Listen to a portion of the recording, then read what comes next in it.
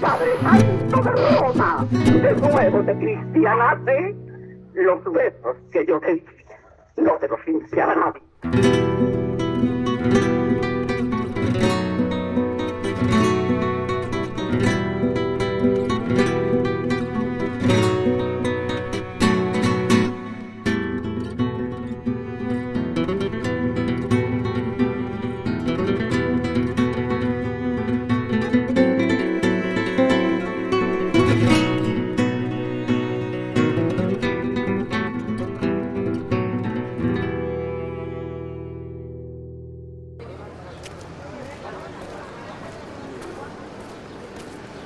Tenemos un reto: dar a conocer la figura de José Antonio Ochaita.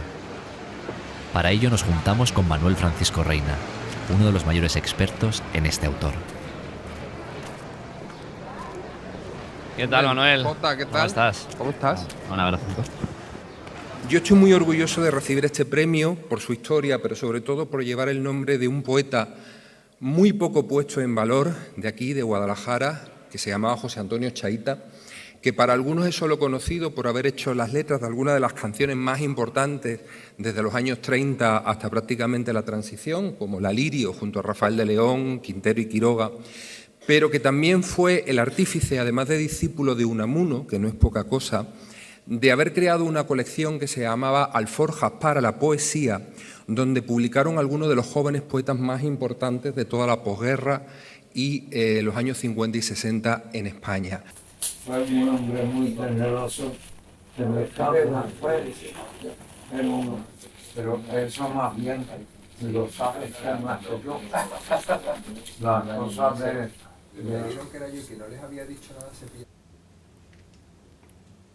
¿De cuadro? Cuando quieras, Manuel.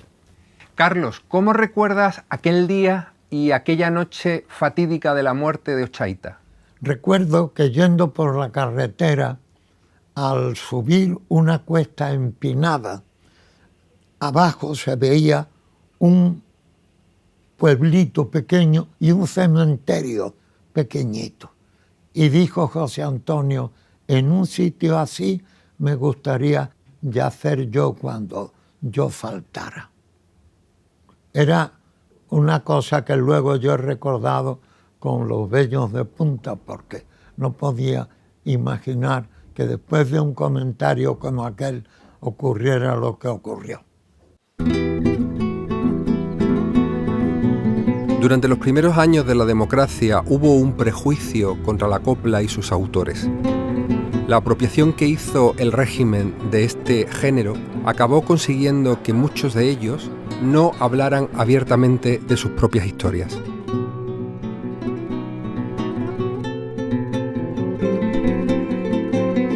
Ochaita va mucho más allá de la copla. Sin renunciar al éxito y a la popularidad que ésta le procura, consigue, además de una enorme exigencia literaria, imponer temas que consideraba reivindicativos y necesarios.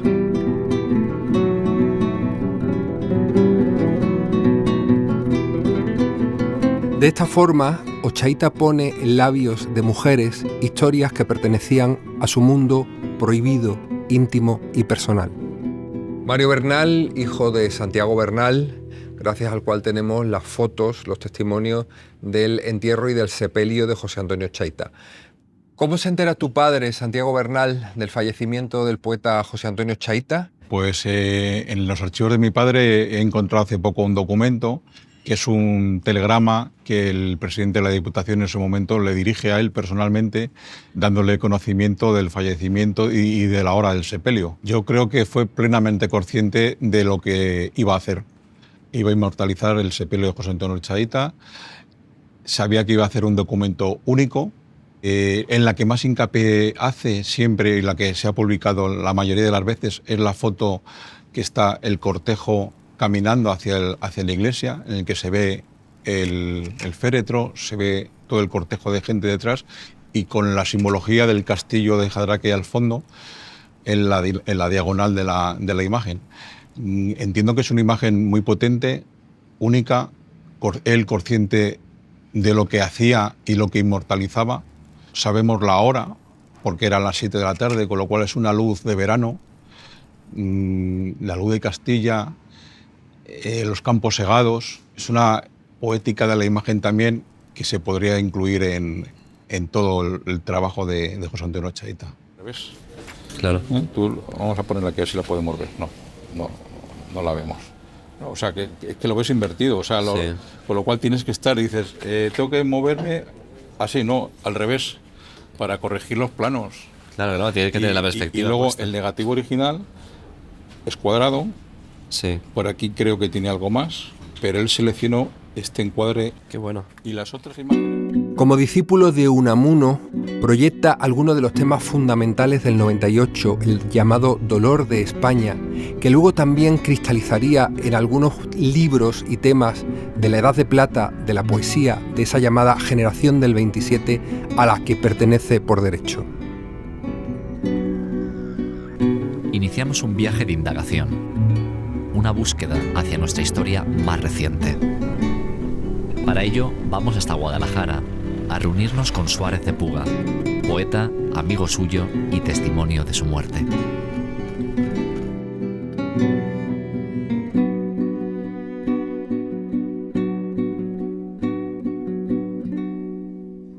José Antonio Ochaíta tenía una manía poética preciosa y era considerarse hombre de la Alcarria. Para José Antonio Ochaíta, Castilla era la Alcarria. Él no era un místico a la usanza de cómo entendemos la mística. Era un poeta de imágenes, de cosas. Hay un libro de José Antonio Ochaíta que se llama Poetización de Jaén. A mí la palabra poetización me parece que debía ser para toda su poesía. Él poetizaba todo, lo que se le ponía por delante, pero de una manera maravillosa. Una poesía muy, muy bien hecha y muy rápidamente escrita. La Alcarria, dijo ahí, es un perfil de ojiva clara, un portentoso ventanal que al día nos da su geometría divinamente azul y rosa y rara, para que el aire de Guadalajara tenga en sus moldurones de aljamía la esbeltez teologal que decora a Nuestra Señora Santa María. Y Guadalajara allí, en su laberinto de verdes tiernos y amarillos crudos, tallada en tolvaneras de jacinto por núbiles arcángeles desnudos.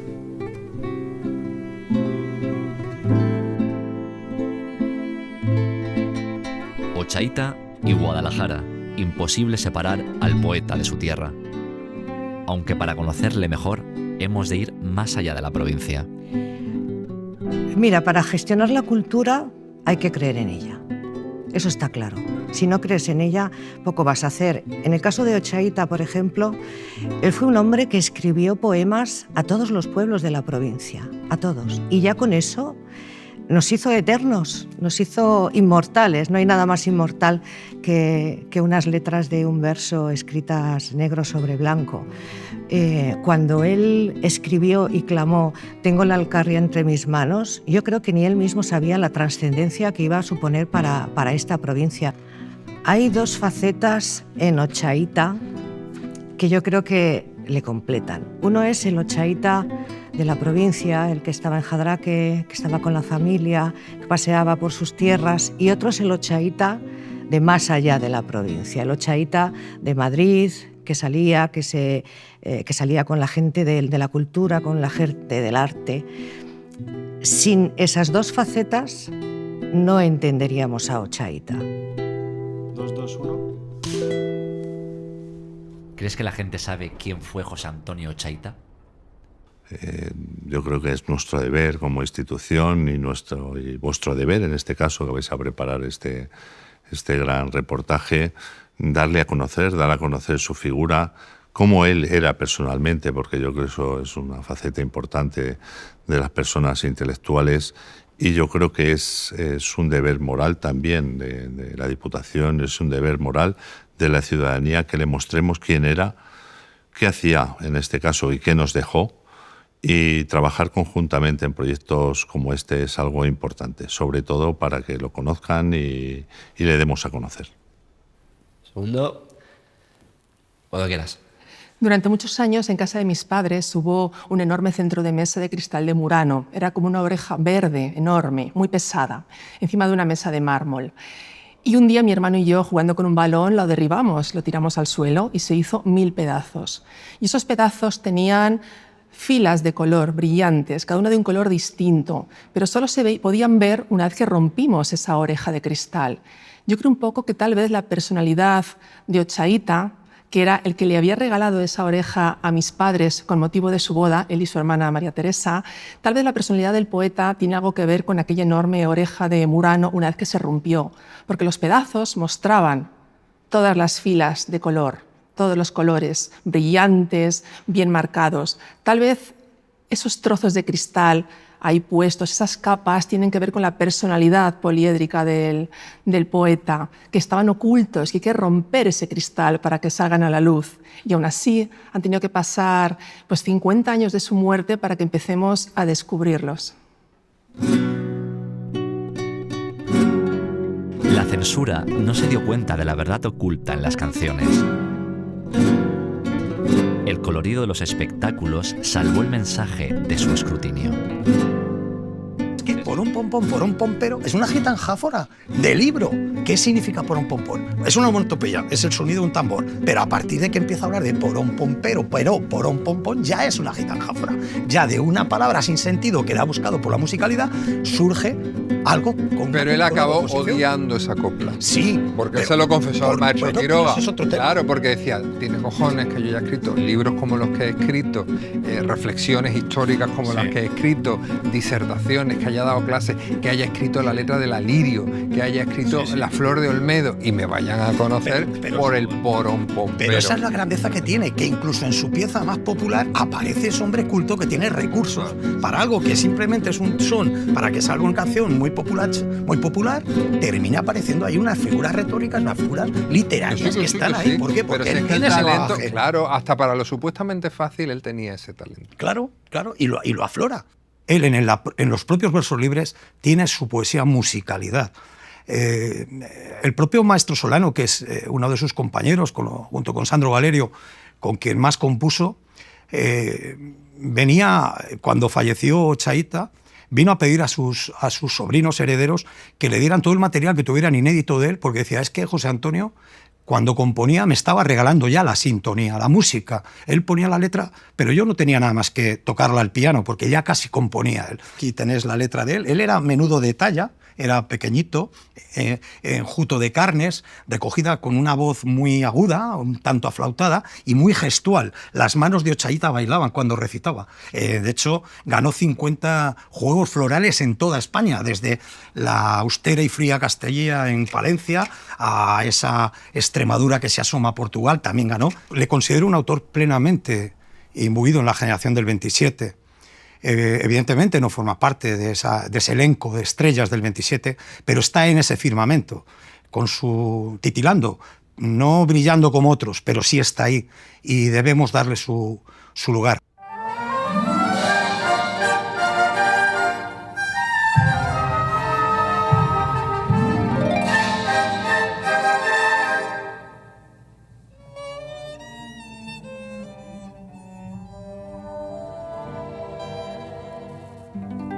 Yo no escucho lo que dicen las lenguas de vecindona, por cada sobra yo sé por quién está su persona. Cinco luceros azules alumbran 5 farolas desde su casa y a mi casa, desde su boca a mi boca. 5 añitos que le quiero, 5 añitos que él me adora. La mala gente que sabe saben de nuestras cosas.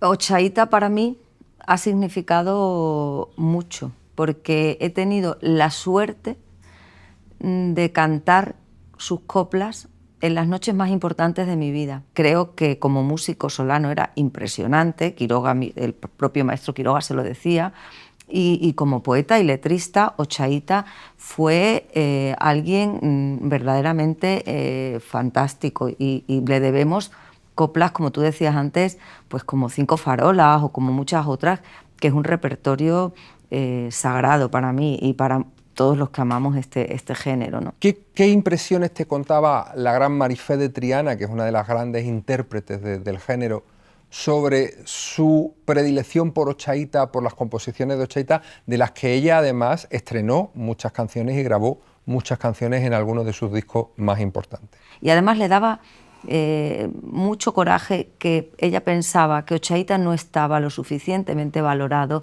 como a ella le parecía que debía estar ese gran poeta de la copla, ¿no? Y que no solo fue poeta de la copla, fue un poeta. Es que a veces cuando hablamos de poeta de la copla parece que los estamos ninguneando y nada que ver. Evidentemente era un poeta que afortunadamente se acercó a la copla y para gloria de todos los que amamos este género. Entonces yo estaré eternamente agradecida a Solano y a Ochaíta por haber puesto en mis manos un repertorio tan maravilloso que me ha hecho disfrutar tanto. ¿Cómo sonaría esa gran letra del desamor así a capela, sin sinfónica? Yo no escucho lo que dicen las lenguas de vecindona, porque de sobra yo sé por quién está su persona. Cinco luceros azules ay, alumbran cinco farolas desde su casa a mi casa, desde su boca y a mi boca. 5 añitos que me quiere, 5 añitos que me adora, la mala gente que saben de nuestras cosas. Ay, qué penita, mare, mare, qué pena. Ay, la mare.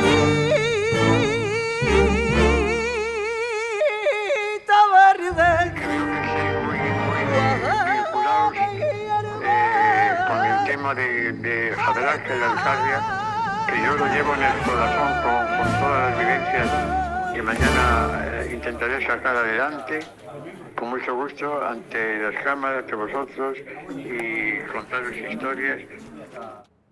¿Quién era para ti José Antonio Ochaíta? Pues para mí, para todos nosotros, era el Tito Tonio. Él fue el que me introdujo en toda la afición y el sentimiento hacia el arte plástico y a desarrollar las cualidades que yo humildemente creo que las tuve. O sea que a mi tío le debo todo, hasta la nueva juventud que me ha dado por dedicarme a lo que me gusta y a lo que él me inculcó desde muy pequeño. Una de las relaciones que sabemos que fue no solo profesional, sino algo más, es la que mantuvo con el premio Nobel don Jacinto Benavente. Tenía mucha conexión a nivel artístico, profesional, amistoso, y no se sabe si algo más, porque las malas lenguas, que no son malas, sino que son buenas porque dicen la verdad, decían que había algo más entre ellos. Había mucha unión a todos los niveles, complicidad, y no se sabe hasta dónde. Pero la verdad es que mantuvieron mucha relación durante muchos años. Tanto es así que cuando le dieron el premio Nobel, hubo una fiesta casi familiar. Mi tío apareció con pasteles y tal, porque lo celebraba todo lo de don Jacinto como si fuera de él. Tiene mucha obra de Jacinto Benavente dedicada de puño y letra, muchas fotografías, también con grandes recordatorios y con grandes deseos de amor y de amistad, que no sabemos hasta dónde estaba el amor ni la amistad. Y eso es lo hermoso, que no lo sabemos nunca, pero algo habría. Era muy inventor de historias increíbles, pues nos llevaba también al estudio de su amigo Antonio Navarro Santa Fe, que fue el escultor que hizo El oso y el madroño de Madrid, y tenía un estudio precioso, precisamente en la Avenida de los Toreros. ¿Y tienes algún recuerdo de él recitándose algún poema? Bueno, pudiéndolo recitar. Hay un poema muy bonito que está en internet y además está en su voz, que es el poema de los besos que yo te di, que es muy emocionante. Porque es que los besos que yo te di no te los quita nadie, ese es el tema. Por mucho que pase, por mucho que seas, por mucho que yo no sea, los besos que yo te di ya no te los quita nadie. Y eso es una cosa muy potente, ¿eh? Cuando se ha querido a alguien y los besos han quedado, eso no lo quita a nadie, ¿eh? Vosotros lo sabéis. Hombre, la juventud, totalmente. Divino tesoro. No, divino tesoro es que podamos llegar a tu edad como estás tú. Con tu juventud. De verdad, con tu juventud. Que estás tú más joven que podamos llegar con tu juventud. Es una cosa que me enseñó mi tío también a cuidarme mucho y andar por los montes de Jadraque. Es decir, hay que salir, pues era muy amigo de los gatos, pero regalaron un perro a mi tía y se enamoró de un perro que íbamos hasta no sé cuántos cerros. Si hay que andar, dice, para estar bien, lo que te hablaban, hay que andar, hay que andar. Era un hombre que parecía que vivía y era muy austero, ¿no? Entonces mi madre y mi tía y eso le intentaban ayudar, le hacían unas comidas, y le preguntaban, ¿qué tal estás, José Antonio? Y decía, muy bien, trampaleando. Era una cosa que decía mucho, como diciendo, la vida es un voy y vengo. Y lo decía mucho a todo el mundo. Y yo le oía decir así, en una frase que decía mucho, trampaleando. Trampaleando. Así que para no trampalear te voy a devolver los mecanismos, ¿eh? Eso me va a apuntar, lo de trampalear. Ya me lo llevaba. En el corazón de Jadraque, a los pies de la Alcarria, nace José Antonio Ochaíta en la calle Carnicería, como él mismo contará poéticamente en su texto Autorretrato.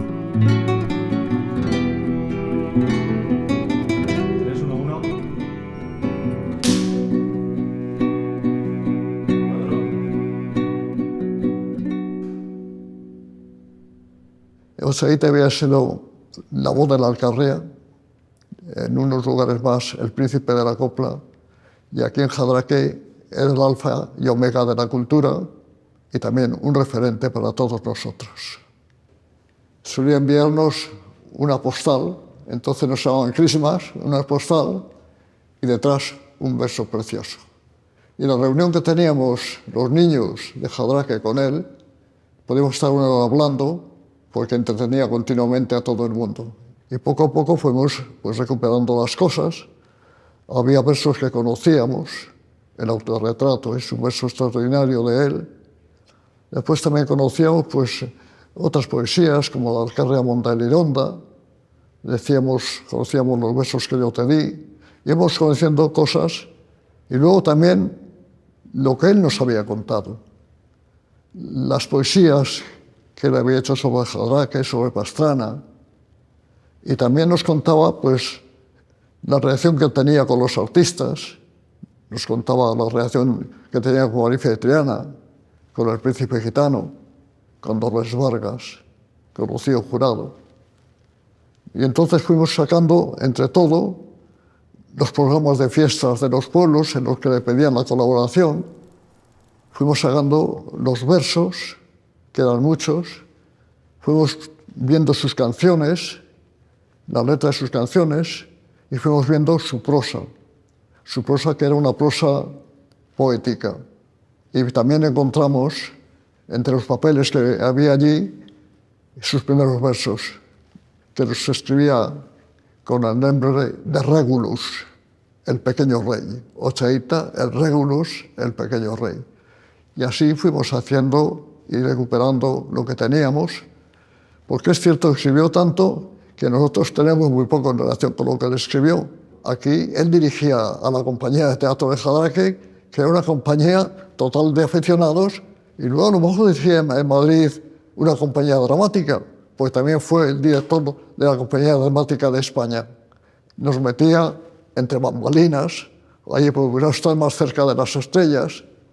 Recuerdo, por ejemplo, el debut de Gracia Montes en el Teatro Calderón, con su madre al lado de nosotros, nerviosísima.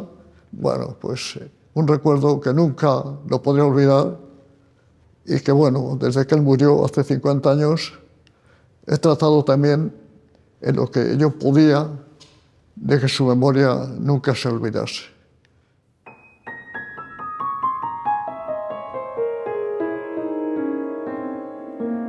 Para el artista cubano Ignacio Villa, conocido como Bola de Nieve, Ochaíta escribe La Flor de Olmedo.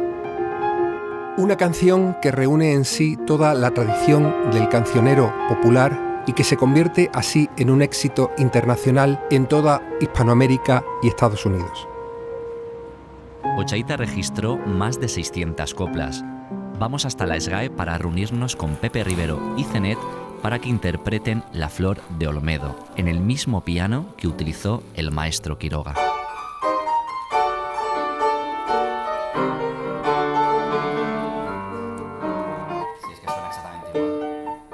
Es que con este piano era con el que el maestro Quiroga componía. Es un Yamaha fantástico. Pues vamos a intentar llevarlos.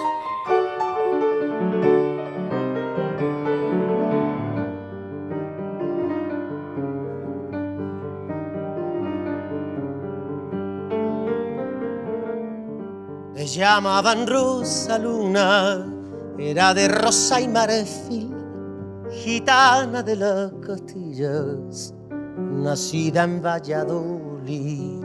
En una feria sus ojos negros encandilaron a un caballero que fue en Medina, sí, sí, que fue en Olmedo. Retírese el fachendoso, no corteje a Rosa Luna, le siguen sus 4 primos desde las 12 a la 1.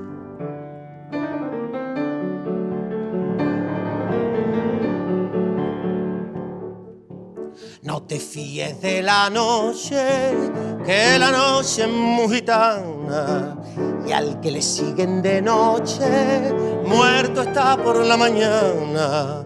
De noche le seguían al caballero, la gala de Medina, la flor de Olmedo, la flor de Olmedo.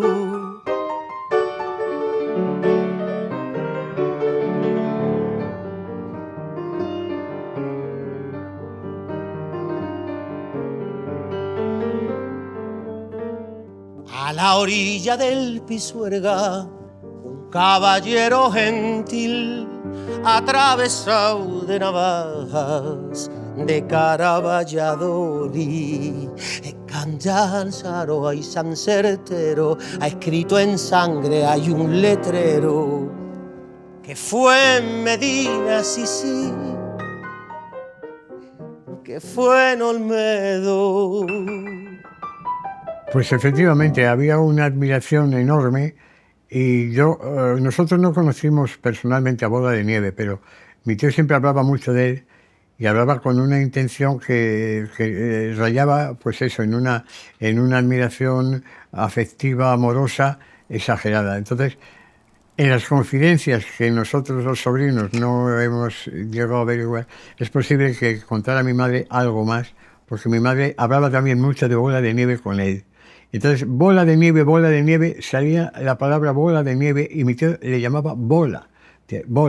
Y hablábamos de la bola y nosotros en broma, los niños, decíamos, vaya bolas que estáis contando, porque no nos la querían contar, por algo sería, ¿no?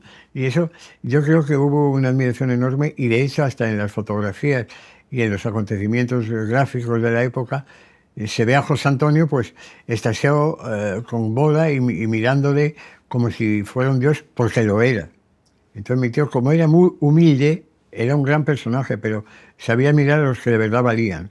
Y creo que Bola de Nieve ha demostrado siempre un valor enorme de música y de inspiración, y eso José Antonio pues no lo ha dejado escapar, creo que no, en ningún sentido.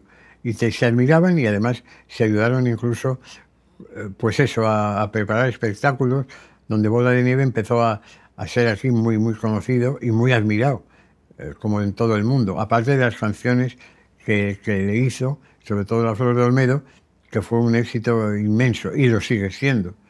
Entonces, esa es la historia con Bola de Nieve. Bola, que fue, más que una bola, fue una certeza al final. Que nos concedan permiso para cantar y bailar. Ay, mamá Inés, ay, mamá Inés. Todos los negros tomamos café. Ay, mamá Inés, ay, mamá Inés. Todos los negros tomamos café. Pero Belén, Belén, Belén, ¿a dónde andas tú metida? Que en todo Jesús María yo te buscas y no te encontrás. Ay, chicos, si yo estaba en casa de madrina, que ella me mandó a buscar, que en eso la de la esquina, que ella vive en el mangla. Ay, ay, mamá Inés, ay, mamá Inés. Todos los negros tomamos café. Ay, mamá Inés, ay, mamá Inés. Todos los negros tomamos café. Él adoraba su tierra de Jadraque, pero en su formación y vivencias, Madrid le da la oportunidad de conocer otro mundo universal, cosmopolita, de fiestas, celebraciones, vida nocturna, libertina, que conforma también ese otro Ochaíta que está presente en su obra, especialmente en su teatro. No, o sea, que Javi vaya por vosotras, cargue lo que hay allí y nosotros vamos yendo ya directamente a la entrevista. A partir de finales de los 50 y principios de los 60, Ochaíta trabaja con el maestro Solano, para quien compone para nuevos artistas como Marifé de Triana, Rocío Jurado o Juanito Valderrama.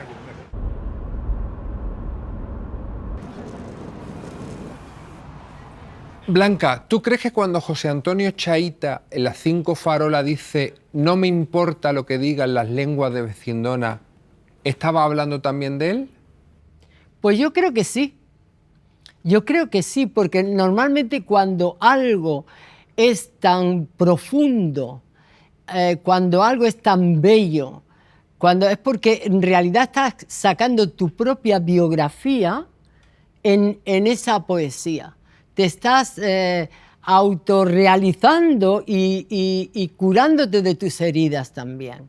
Él cantaba su vida, cantaba su realidad, pero con una belleza inigualable, porque la copla algún día se dará cuenta a la sociedad de la riqueza enorme que tiene esa cultura. ¿Qué hace la copla? La copla tiene una síntesis de conocimiento literario, artístico, único. ¿Cómo es tu experiencia en el Corral de la Morería?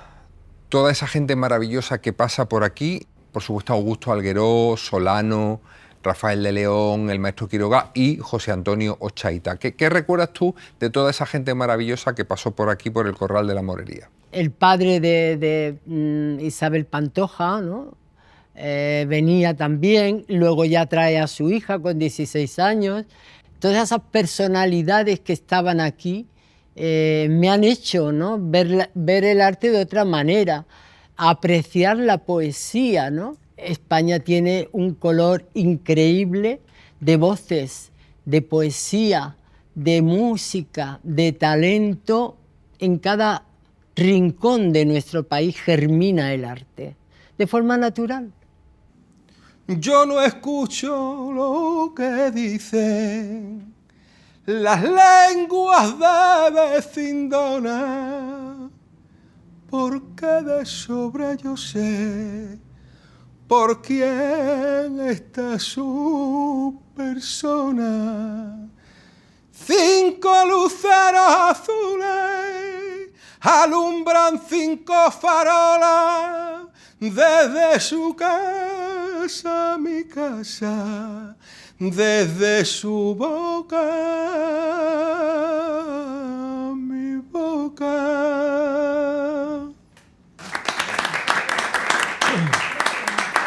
Se estrenaban todos los años tantos espectáculos que los autores que no daban abasto. O sea, se escribían espectáculos para muchos artistas. Entonces, tanto mi padre como el maestro Ochaíta colaboraban. Mi padre también llegó a colaborar con Quintero, León y Quiroga. Tú no puedes escribir canciones y ser un gran poeta, porque entonces como que descuadras a todo el mundo y como que rompes el cliché de lo que tiene que ser un poeta, que es un poeta es alguien que solo escribe poesía y como mucho teatro. y como mucho teatro, o sea, dramaturgias.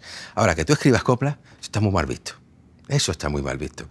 Entonces, bueno, yo creo que tanto Ochaíta como Rafael de León son miembros de la generación del 27 por derecho propio, hombre. Lo que ocurre es que la canción popular, o sea, la copla, pues ha sido como una especie de... se ha considerado un descrédito para un autor.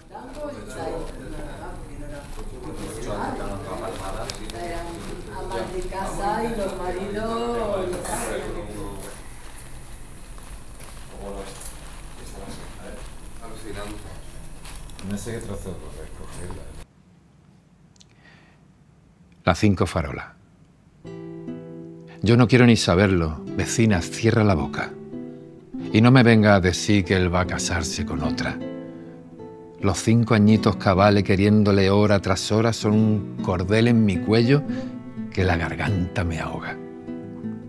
Con carbones encendidos que le quemen esa boca al que juró tantas veces que estaba por mi persona.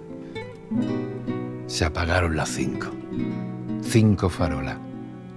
Pa' que nadie me vea llorando a solas. Ay, qué penita, madre.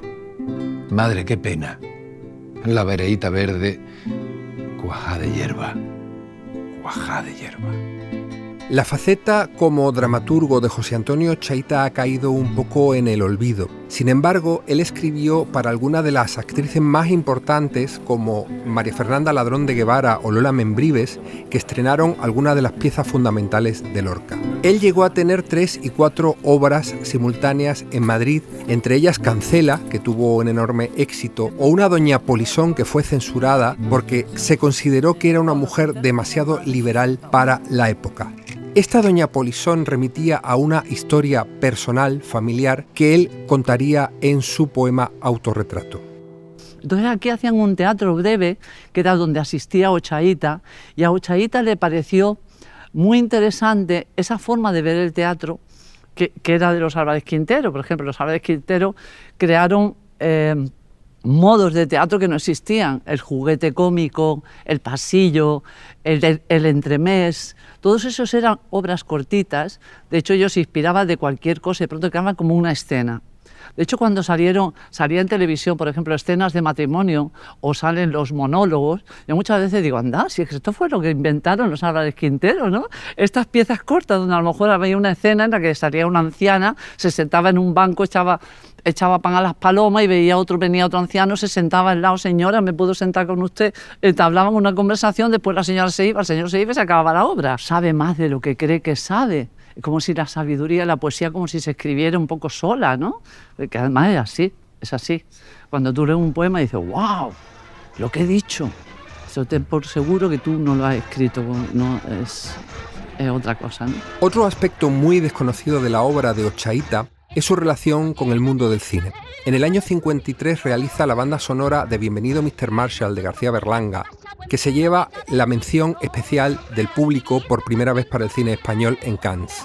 La canción Americanos se convierte ya en una sátira de la apropiación que hizo el régimen franquista del género de la copla.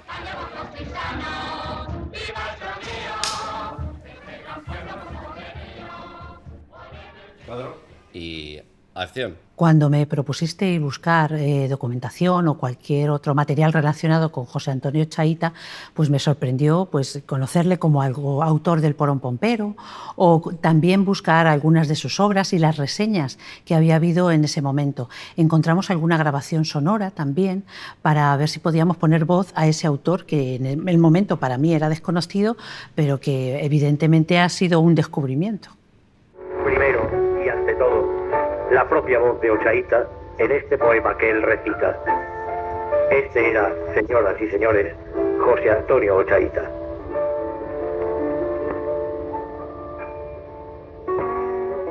Busca otros besos que pongan en los niños antifaces. ¿Qué vas a conseguir? Di. Si habrían de machacarte y en el polvo de tus huesos quedarían mis señales, el agua se irá burlada, la lumbre quemará en balde, se mellarán las navajas, caerán las caretas fáciles, te señalarán 100 dedos, diana de los cobardes, y hasta el día que en la tierra con otra tierra te tapen, por encima del montón, mis besos han de notarse vivos. aunque te hayas muerto, que aunque nacieras de nuevo en el vientre de tu madre y el Padre Santo de Roma de nuevo te cristianase, los besos que yo te di no te los limpiará nadie. Estos son manuscritos de sus pensamientos, de sus poesías, que luego muchas de ellas se adaptaban al teatro. Pero claro, son documentos que realmente se viven, se sienten, están llenos además de fotos, de anotaciones, de direcciones, de gente de la época. Y lo mismo está una cosa sobre el Greco. ¿Qué sería? ¿Qué le interesaría de aquí, no? Porque esto es muy interesante cuando ves el recorte. Sí. Mirad lo que acaba de aparecer aquí. Es la letra de una copla de Ochaíta, Valerio y Solano, que es la tripleta de la llamada La Edad de Plata de la copla, que protagonizáis y encabezan ellos tres, la copla del corazón, y está pasada a máquina. Ramonet. Yo esa obra de teatro no la conozco, fíjate. Yo tampoco, es que puede que sean... Inéditos, fíjate que aquí aparece el segundo acto también de Ramonet, y yo esta pieza de teatro de Ochaíta no la conozco. Yo tampoco, yo no la había visto. Ni la he visto publicada en ningún sitio. No, yo tampoco. Yo creo que todo es cultura. Yo creo que Ochaíta además vive una época, es testigo y partícipe de una época en la que la copla es muy importante, los espectáculos de variedades son muy importantes, la calidad de esas coplas a mí personalmente me conmueven y me parece maravillosa. Como directora del Centro de Documentación de las Artes Escénicas y de la Música, tenemos que acoger todo. Tenemos que acoger el teatro, el circo, el ilusionismo, tenemos que acoger la zarzuela. La zarzuela tiene muchísimos prejuicios también. La zarzuela es un patrimonio maravilloso, exactamente igual que la copla, y además están muy cerca en ocasiones. Hay mucha copla en la zarzuela. Entonces, yo he sido muy ecléctica personalmente en mi vida artística y yo creo que como institución tenemos que poner en valor todo. Es un retrato de los años 40, 50 y es un patrimonio. Nací en una gran casa, con una enorme sala y un jardín donde el tiempo sin sentir se resbala. Y en mi casa, hoy perdida por la honda guerra, había como un eco dorado de muerta poesía.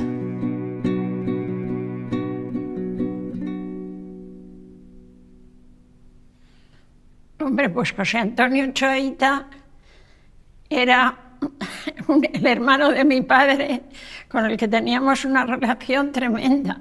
Además era una persona que tenía una charla muy divertida, porque te hablaba de los artistas, te hablaba de...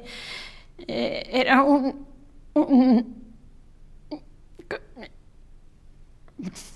charlista estupendo, empezaba a contar historias. El tío José Antonio pues era una persona muy afectiva con nosotros, éramos los únicos niños que había en esa casa.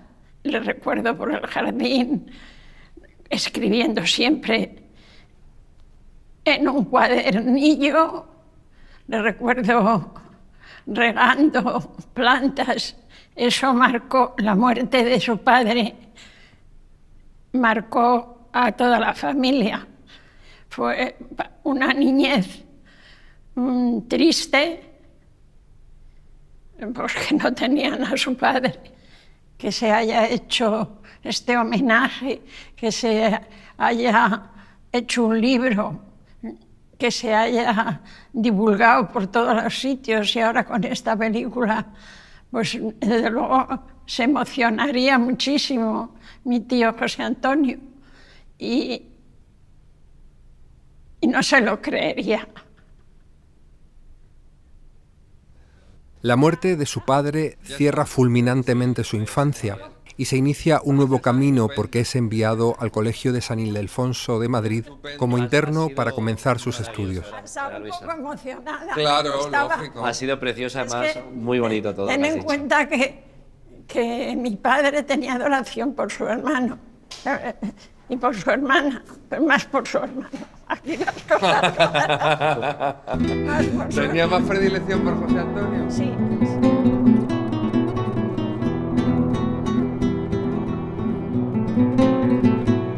Para José Antonio Ochaíta, como para Lorca, fue fundamental su complicidad con las mujeres. especialmente su relación con Esperanza Perales, escritora conocida para la posteridad como Eva Cervantes, gracias a la cual Ochaíta consigue el premio de poesía del centenario Gustavo Adolfo Bécquer. Lorca y él se conocen en Madrid y afianzan su amistad en los días gallegos de Ochaíta. Ambos beben de las tradiciones cultas y populares con las que van a entretejer gran parte de su obra. Y a partir de ahí pues ya es arrancar las preguntas y las respuestas con total normalidad. ¿Vale? Venga, pues vamos a empezar ya. Hay muchos estudiosos que niegan la relación de Ochaíta con el 27, especialmente con Federico, de quien sabemos que fue amigo en Sevilla y en Madrid. Y tú has descubierto que hay dos momentos muy importantes de Federico García Lorca en Galicia en el que coinciden espaciotemporalmente Ochaíta y García Lorca. Si Ochaíta no vio esa conferencia en Coruña, donde todavía vivía, sí la vio en Vigo, seguro. Y vuelve otra vez con La Barraca en octubre de ese año, en 1932. Ahí es donde está claro que se establece esa relación entre los dos. Date cuenta que estaba recién fundado la Asociación de Amigos del Arte de Vigo y él en menos de un año consigue llegar a ser presidente de esa asociación y él no era gallego, no hablaba gallego. Ochaíta no escribe en gallego, ¿no? Pero él hace muchos de sus poemas de la época gallega, tienen elementos simbólicos que tienen que ver con Galicia. Él gana, por ejemplo, el concurso floral de Pontevedra. Gana también el certamen de San Juan Bosco en Santander. Empieza a probarse, empieza a ver que esto funciona, que da recitales, que representa obras, que siempre en círculos muy tradicionales o muy católicos, pero que le funciona. Que él puede ser alguien si se lo propone. Y en esto, claro, llega la guerra. Hay que decir que Ochaíta vivió su afectividad y su sexualidad de una manera mucho más discreta. Estaba en ese momento con un premio Nobel como era Jacinto Benavente y esa relación además a él le sirvió un poco de escudo porque Jacinto Benavente era una figura intocable tanto para la Segunda República como para el régimen franquista. Pero eso no quiere decir que él no combatiera en cierto sentido de una manera sutil desde sus composiciones musicales, como demuestra Canciones para después de una guerra de Martín Patino, que llevaba muchas de sus canciones y que fue el primer documental español en llevarse un premio en Cannes.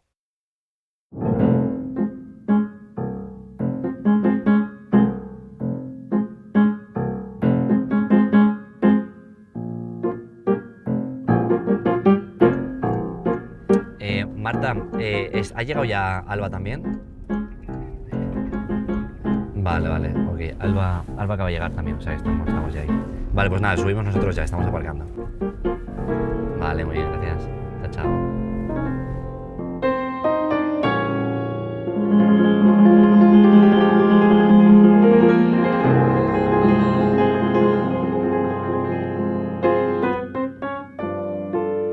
Dicen que fue un bebedizo de menta y ajonjolí, es decir, no te está diciendo que es burundanga, pero le daban algo para que la niña color de lirio moreno estuviera, ¿no? Y además se sabe que el licor de menta era lo que tomaban las prostitutas para tener buen olor y buen sabor de boca.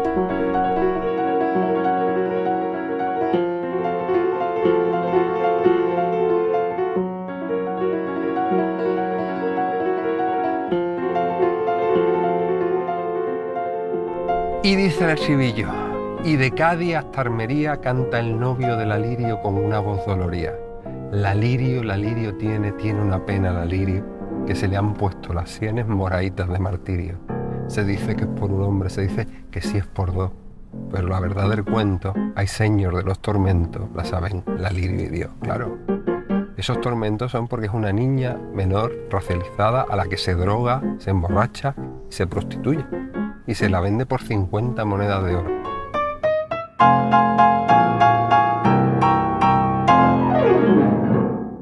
En Cádiz en la bizcochía un café de marinero y en el café hay una niña color de lirio moreno, color de lirio moreno. Lirio la llaman por nombre y ese nombre bien le da por un cariño tiene las ojeras moras y de cae Almería con voz ronca de aguardiente canta la marinería.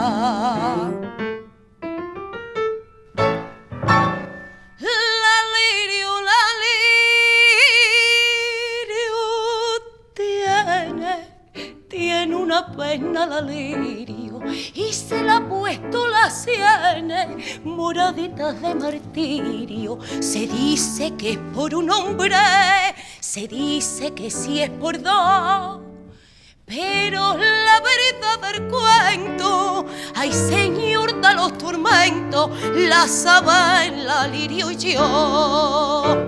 Y a la marinera y a la Virgen Sirio y Paduquita madre de mi alma, Paduquita negra, la que tiene lirio. Lo sorprendente es que coplas escritas en los años 40 y 50 contengan un mensaje tan moderno y subversivo que intérpretes tan transgresoras como Alba Dreid sean capaces de ponerse hoy, en el siglo XXI, en su piel y cantar historias tan modernas y actuales como la de la lirio, vendida por 50 monedas de oro. La copla icónica de José Antonio Ochaíta es la de Cinco farolas. Las lenguas de vecindona, porque de sobra yo sé. Al estreno de Juana Reina siguen versiones de Concha Piquer, Marifé de Triana, Isabel Pantoja, Charo Reina y otras más jóvenes como Pilar Boyero, Alba Dreid, Valderrama o Diana Navarro. Una copla como Cinco farolas tiene muchas imágenes visuales que a mí me recuerdan efectivamente a una pequeña pieza cinematográfica. Ella empieza diciendo: yo no escucho lo que dicen porque nuestro amor lo alumbran 5 farolas como 5 luceros. Todos son imágenes y además son 5 farolas que van desde su casa a mi casa. Ya tenemos la casa, la otra casa, las farolas, el camino no cría hierba. Son metáforas, pero a la vez, o sea, son metáforas visuales. El camino está tan trillado de ir a verla que no cría hierba. Y finalmente, con todo el drama, canta que el caminito verde cuajao de hierba. Es espectacular. Si yo sé que me quiere como le quiero, hay que darle 3/4 al pregonero. Desde su puerta misma hasta mi puerta, la veredita mare no cría hierba, cuaja de hierba.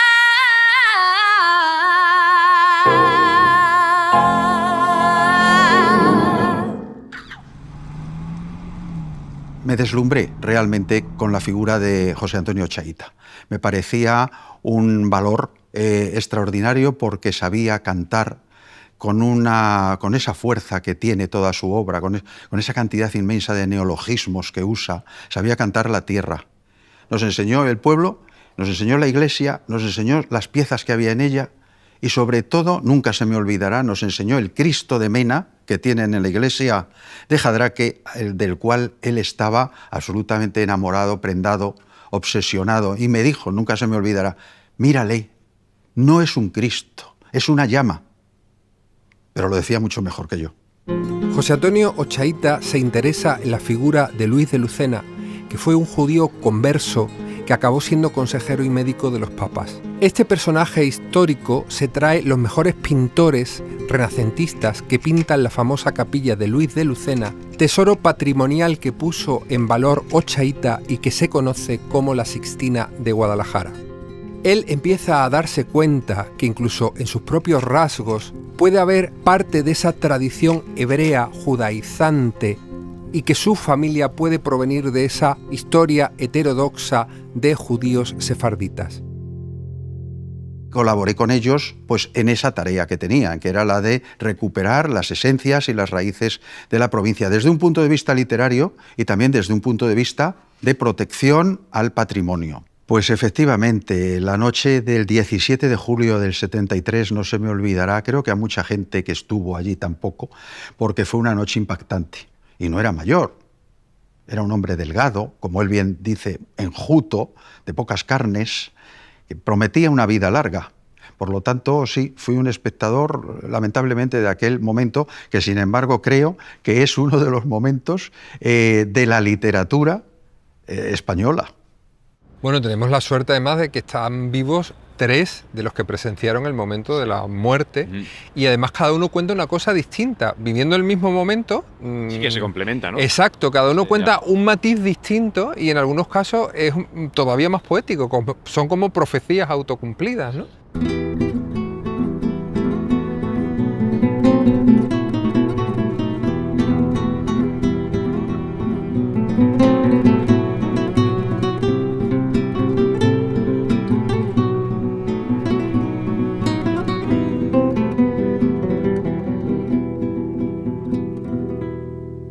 Tan educado, era tan correcto, que no se le notaba que estaba. O sea, nunca siendo un gran poeta y luego la fama que tenía por las coplas y por todo este tema, él pasaba desapercibido. No era una persona que quisiera que se le notara. Pues en una cena que había antes del recital de poesía de versos a medianoche que se celebraba en Pastrana, pues cenando, me senté al lado de Ochaíta con Antonio Herrera Casado. Y entonces empezamos a hablar de la muerte, de todo. Estuvimos hablando. Ocurrió que como 2 o 3 horas antes del recital nos juntamos a cenar. Bastante gente en la fonda que había al lado del Palacio Ducal. Y a mí pues me correspondió estar enfrente de Ochaíta, con lo cual estuve charlando bastante rato. Me contó, por ejemplo, que habían venido, a él le traían en un coche, no conducía, y al pasar por Hueva, un pueblo que está cerca de Pastrana, habían visto desde la altura el cementerio, y me dijo que le había impactado, que era un lugar hermoso, qué tranquilidad respiraba aquel cementerio. Estaba, no sé, un poco obsesionado. Sin embargo, me dice, yo que temo de morir, me gustaría morir recitando versos. Y así me lo dijo durante la cena, y nada más. Sin embargo, 2 horas después vamos allí, al atrio de la colegiata, se suben unos, otros, todos recitan, y sube José Antonio a recitar como solo él sabía recitar. Y lo cierto es que fue la última vez en que se convocaron los versos a medianoche en Pastrana. Luego, cuando ya estábamos allí y nos organizamos, todos los poetas del grupo leyeron primero que nosotros. Y nos quedamos, José Antonio y yo, los últimos. Y me dijo, ahora voy a salir yo y tú cierras el acto. Y le digo, de ninguna manera, salgo yo y el acto lo cierras tú, maestro, como corresponde. Y lo hice así. Yo había montado una pequeña quiero decir en cuanto a altura, tarima, donde estaba el micrófono y donde nos ponían los poetas, y de allí para allá estaba el público sentado en sillas. Entonces yo dije mis poemas, o mi poema, y luego le dije, ahora pon tú el punto final. Fíjate mi frase, ahora pon tú el punto final.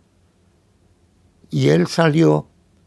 Las manos de José Antonio se movían mucho cuando recitaban, como palomas, como cosas vivas.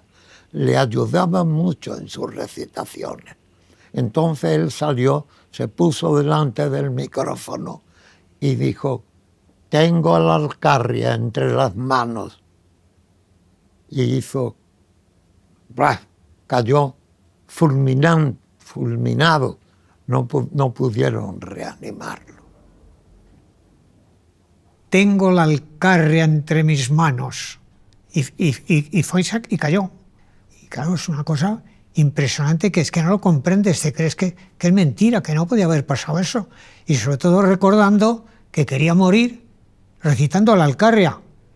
Cuando levanta las manos, cuando parece, o a mí me lo parecía, que estaba levitando, ya no se podía ir más allá, pues muere repentinamente. O sea, cae, como se dice de otros poetas, como del rayo. Yo tuve el privilegio, el triste honor, de llevar su cuerpo muerto en una ambulancia a Jadraque. Fue una cosa inolvidable porque creo que nunca haya pasado nada parecido, que un poeta, no puedo decir que tenga una muerte hermosa porque la muerte nunca es hermosa, pero que un poeta muera cantando a su tierra o diciendo los versos de su tierra, y caiga fulminado. Además, en el caso mío, naturalmente nunca he vuelto a vivir nada igual, porque yo fui la última persona que habló con él y le dije, ahora tú pon el punto final, y puso el punto final de su vida.